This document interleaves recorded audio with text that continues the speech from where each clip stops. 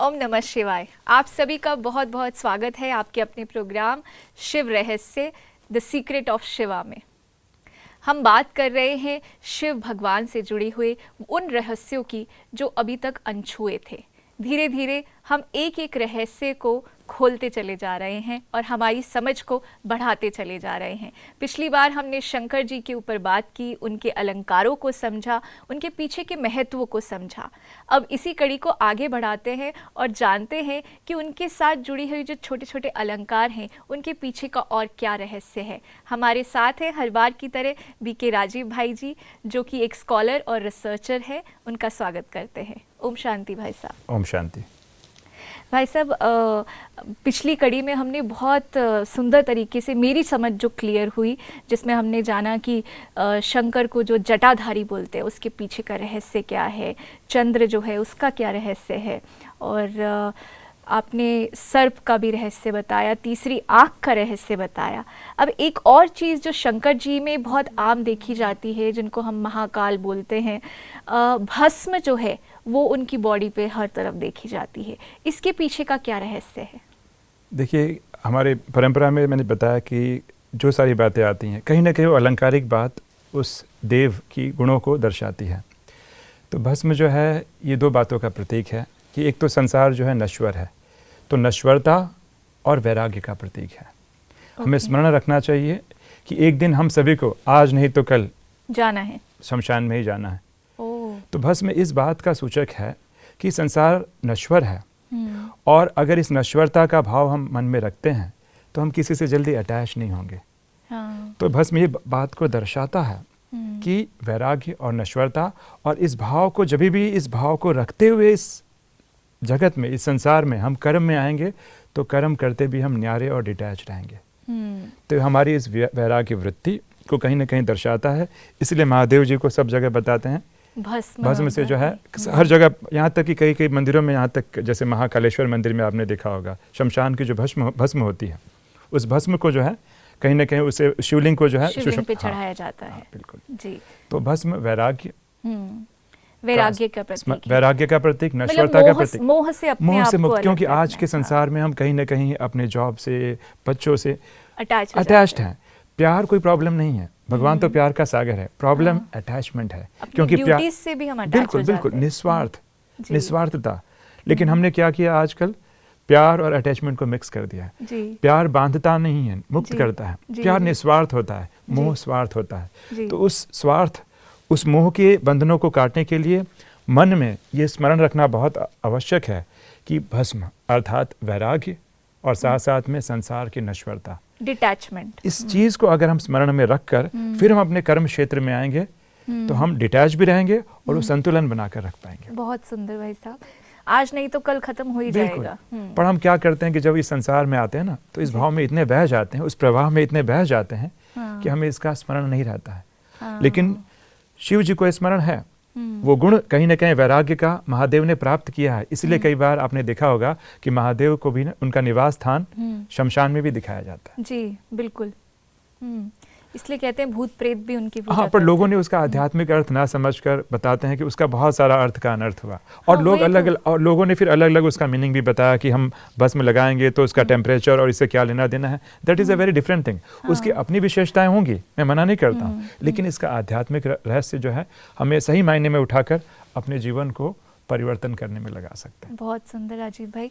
एक और चीज़ मैंने शंकर जी की कथाओं में सुनी है कि जब मंथन हुआ था, समुद्र मंथन हुआ था, तो जहर निकला था, तो वो कोई देवता नहीं ले पा रहा था और शिव जी ने उसे पिया, तो इसलिए उनको नीलकंठ के नाम से भी जाना जाता है। तो इसके पीछे का क्या रहस्य है? देखिए, देखा जाए कि जब नीलकंठ की बात करते हैं, कभी भी हम चित्र दिखाते हैं तो शिव जी का गला जो है नीला दिखाया जाता है। और हम सब जानते हैं कि समुद्र मंथन से विष निकलता है।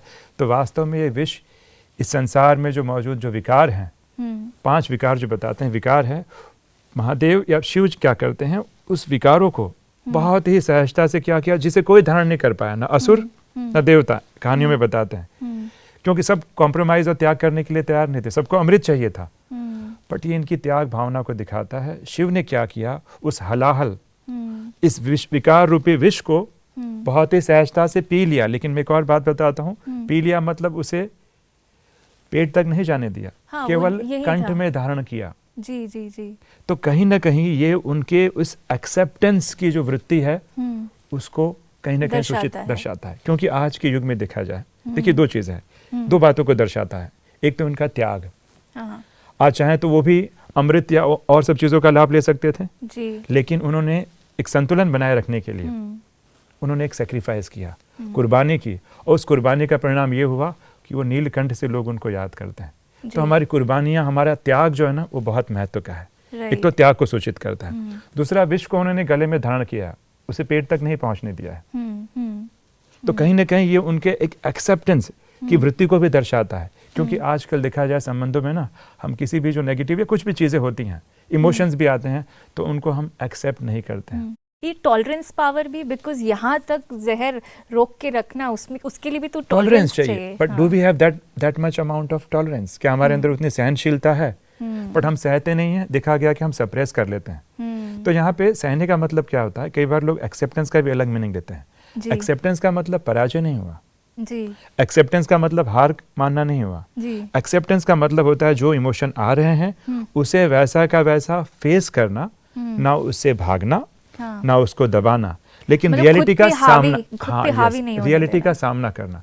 सामना करने से क्या होगा कि जो उसका प्रवाह है वो कम हो जाएगा, और जब उसका प्रवाह कम होता है तब हमारी बुद्धि या विजडम जागृत होती है, और विजडम हमें उस परिस्थिति पे विजय प्राप्त करने में कहीं ना कहीं मदद दिलाती है। तो इनके एक्सेप्टेंस, टॉलरेंस और त्याग को दर्शाता है। तो मैं चाहूँगा कि दर्शकों को कि जब भी मैं दर्शकों से अनुरोध करूँगा कि जब भी हम शिव जी के नीलकंठ को देखें ना, तो हमारे मन में एक इंस्पिरेशन आए, यस, जहाँ पे अगर कुर्बानी और त्याग की बात होगी उसमें मेरा नंबर सबसे पहला होगा। ये हम चीज़ अगर हम शिव जी से उठा सके ना, तो हमारे संबंधों में जो आजकल बहुत सारी चीजें चल रही हैं उससे हम उपराम और ऊपर उठ जाएंगे। कितना बड़ा मीनिंग है अगर देखा जाए तो इसका, अगर मैं अपनी डेली लाइफ से अगर इसको जोड़ती हूँ तो बहुत सारी प्रॉब्लम्स या चुनौतियां जब हमारी लाइफ में आती हैं तो हम भागते हैं उनसे। बिल्कुल, जैसे देखा गया कि देवी देवता भी भाग ही रहे थे। यहाँ तक क्या होता है, देखिए सेपरेशन का प्रॉब्लम क्या होता है, ये आजकल मेजर प्रॉब्लम है सब जगह।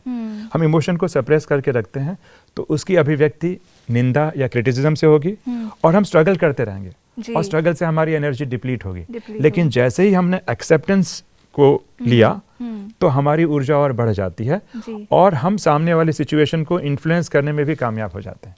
सप्रेशन नहीं, ना भागना, लेकिन एक्सेप्टेंस, और एक्सेप्टेंस पराजय नहीं है।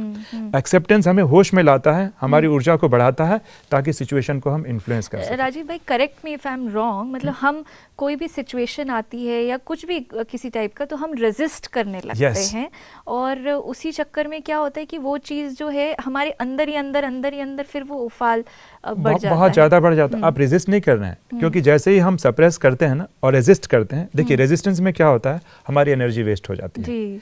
रेजिस्टेंस से क्या होता है, हम क्रिटिसिज्म मोड में चले जाते हैं, राइट। और जब हम सप्रेशन कर लेते हैं हमारी मन की शांति भंग हो जाती है। हाँ। लेकिन जैसे हम एक्सेप्टेंस और सहनशीलता को लाते हैं, मन शांत हो जाता है, शांत चित्त हो जाता है, और हमारा विवेक जागृत होता है, जिससे हम उस सिचुएशन को इन्फ्लुएंस कर पाते हैं। तो ये एक्सेप्टेंस, नीलकंठ बनना आज के समाज की आवश्यकता है। केवल ये महादेव तक सीमित ना रहे, शिव जी ने हमें शक्ति तो दी है, क्यों ना उस शक्ति को धारण करके अपनी सहनशीलता और एक्सेप्टेंस पावर को बढ़ाएं। बताइए, कितनी रहस्य वाली बात है, और मैं खुद अचंभव में हूँ कि हम महादेव को बाहर से तो पूज रहे हैं, लेकिन उनकी विशेषताओं को नहीं समझ पा रहे हैं, जो वो हमें बताना चाह रहे हैं, जो हमें अपने जीवन में धारण करनी है, हम उसे नहीं समझ पा रहे। उस विशेषता को अगर हम अपने जीवन में थोड़ा बहुत भी उतार लेना, ये हमारी सच्ची मायने में, सही मायने में भक्ति होगी।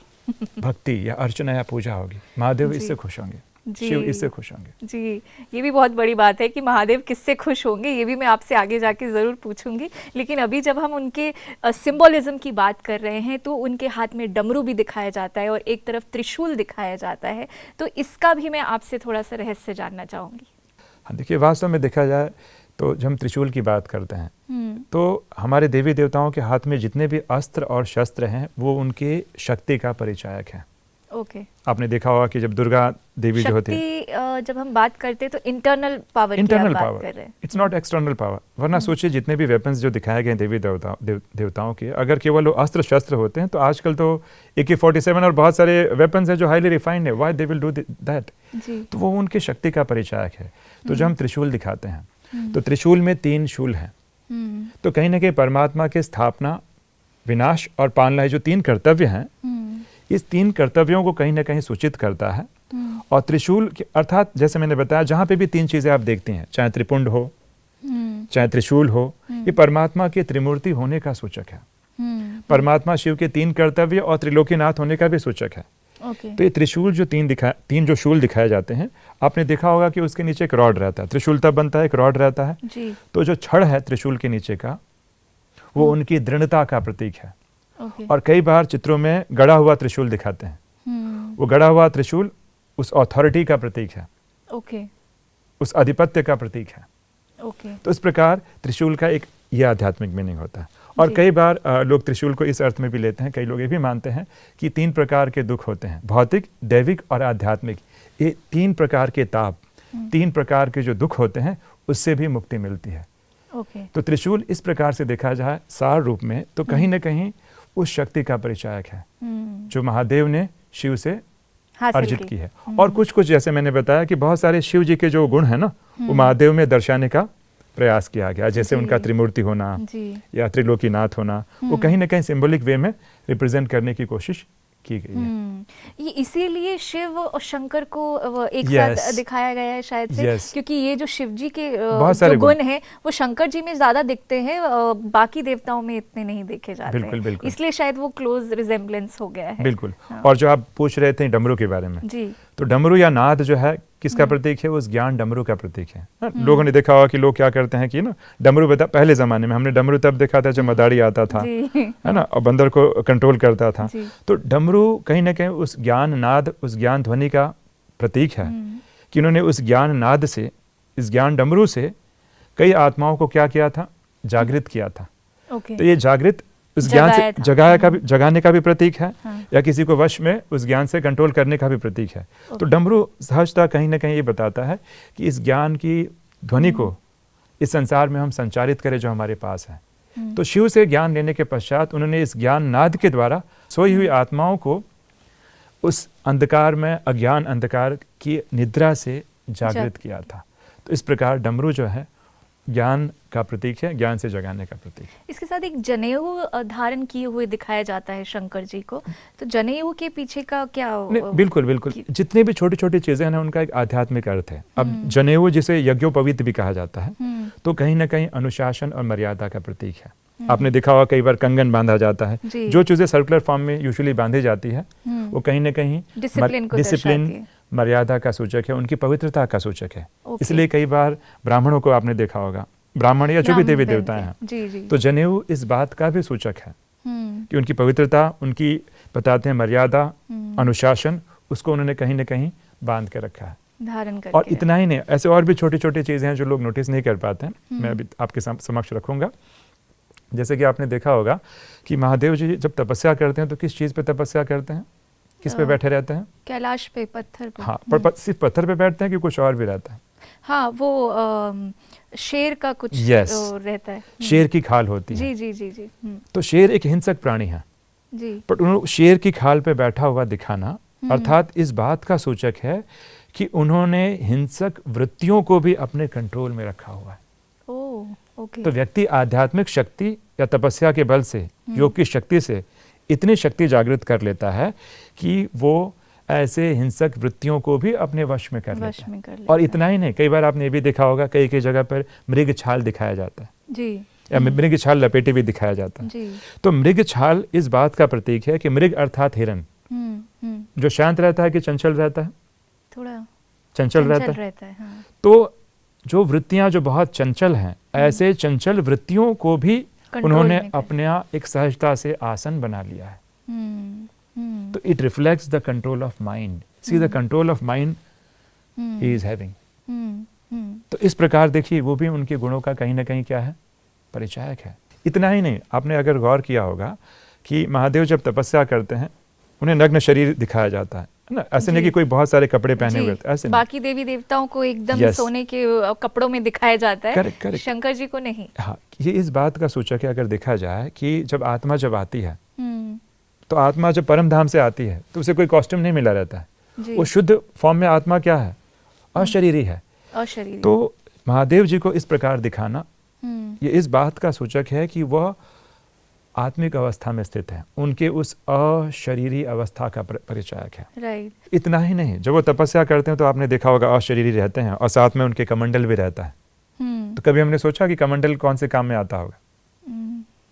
भिक्षा सोचने वाली बात है। कमंडल, तो कमंडल वास्तव में ये बुद्धि रूपी उस पात्र का सूचक है, और उस कमंडल में जो जल है वो ज्ञान जल है, जिसके छींटे से सोई हुई आत्मा जैसे क्या होती है, अज्ञान अंधकार से जाग उठती है। तो कमंडल उनके उस बुद्धि रूपी पात्र का प्रतीक है। तो हमारे उस बुद्धि रूपी पात्र इस प्रकार हो, और उस प्रकार से हम ईश्वरीय ज्ञान को धारण करें जिसके छींटे से सोई हुई आत्माओं को हम जागृत कर सकें। तो इस प्रकार एक छोटी छोटी बातें, चाहे उनका पद्मासन में बैठना उनकी तपस्या को दर्शाता है। तपस्या की मुद्रा में ये भी दिखाया जाता है कि उनके आधे नेत्र खुले हुए हैं जी। तो इस प्रकार वो उनकी डिविनिटी, उनकी वो आध्यात्मिक अवस्था का सूचक है कि कर्म करते हुए वो उस फील में है। जब उस फील में, उस आध्यात्मिकता की ऊंचाई में है कि अर्ध नेत्र, आधे नेत्र खुले हुए हैं, दैट रिफ्लेक्ट्स द डिविनिटी, उनकी उस दिव्यता को उजागर करता है। तो इस प्रकार आप देखेंगे कि जितने भी अलंकार जो हैं, जो महादेव के साथ जोड़े गए हैं, शिव का कहीं ना कहीं शंकर जी के साथ तादात्म्य कर दिया गया है, कहीं ना कहीं वो उसको आइडेंटिफाई कर दिया गया है। तो भी इसके बावजूद भी वो सारी की सारी चीज़ों को अगर अपने जीवन में हम धारण कर लें, एक चीज़ को भी धारण कर लें, हमारा पूरा जीवन बदल सकता है, परिवर्तन आ सकता है। जी बिल्कुल। तो यहाँ जीवन परिवर्तन की बात है, केवल मात्र पूजा तक सीमित नहीं है। सीमित नहीं। और सच्ची पूजा तब होगी जी, महादेव की या हम शिव जी की तभी पूजा सच्ची कर पाएंगे, और वो तभी हमसे प्रसन्न हो पाएंगे। उन्हें असुतोष कहा गया, जल्दी प्रसन्न होने वाले, वो तभी प्रसन्न होंगे जब उन गुणों में से अगर कुछ भी गुण, थोड़ा भी गुण हम धारण करें। हाँ, तो क्यों ना इस शिवरात्रि में एक दृढ़ संकल्प लें जी, एक प्रतिज्ञा करें कि मेरे आदर्श जब ऐसे हैं, मेरे इंस्पिरेशन ऐसे हैं, तो क्यों ना उनसे मैं कुछ गुण अपने जीवन में धारण करूं, इंस्टेड ऑफ कंपेयरिंग अदर्स। दूसरों को हम कंपेयर करते हैं, जी जी जी, उससे कंपेयर करने के बदले क्यों ना हम अपना स्टैंडर्ड इतना हाई सेट करें, राइट, कि हमारा जीवन परिवर्तन हो सके। बिल्कुल। और वही राइट वे है। सिर्फ हम पूजा करते जाए बिना मीनिंग के, बिना समझे, तो उसका असर हमारे जीवन में नहीं दिखेगा। और केवल मांगने के लिए नहीं कि हे भगवान केवल हमें एग्जाम में पास कर देना, या हमारी विपदा टल जाए, पति की बुद्धि का ताला खुल जाए, लौकिक चीजों के लिए नहीं, निस्वार्थता से सच्चे दिल खोलकर एक बार अगर शिव के सामने हम समर्पण होना जी, तो हम काफी आध्यात्मिक और साथ साथ में लौकिक उन्नति को भी प्राप्त कर सकते हैं। जी बिल्कुल। बहुत सुंदर राजीव भाई, आज की पूरी चर्चा के लिए आपका बहुत बहुत शुक्रिया। ओम शांति। ओम शांति। तो दोस्तों, इस महाशिवरात्रि मुझे तो बहुत कुछ सीखने को मिल रहा है, और मेरी महाशिवरात्रि बहुत स्पेशल जाने वाली है, क्योंकि मैं इन छोटी छोटी चीज़ों को अपने जीवन में धारण करने वाली हूँ। आप पूजा करें, सब करें, विधि से करें, लेकिन इसके साथ साथ उन गुणों को भी धारण करें जो भगवान हम में देखना चाहते हैं। और जब हम इस विधि से भगवान को खुश करेंगे, which is the right way, तो भगवान अपने आप वरदानों की वर्षा आपके ऊपर करेंगे। फिर मिलेंगे अगली कड़ी में। ओम नमः शिवाय।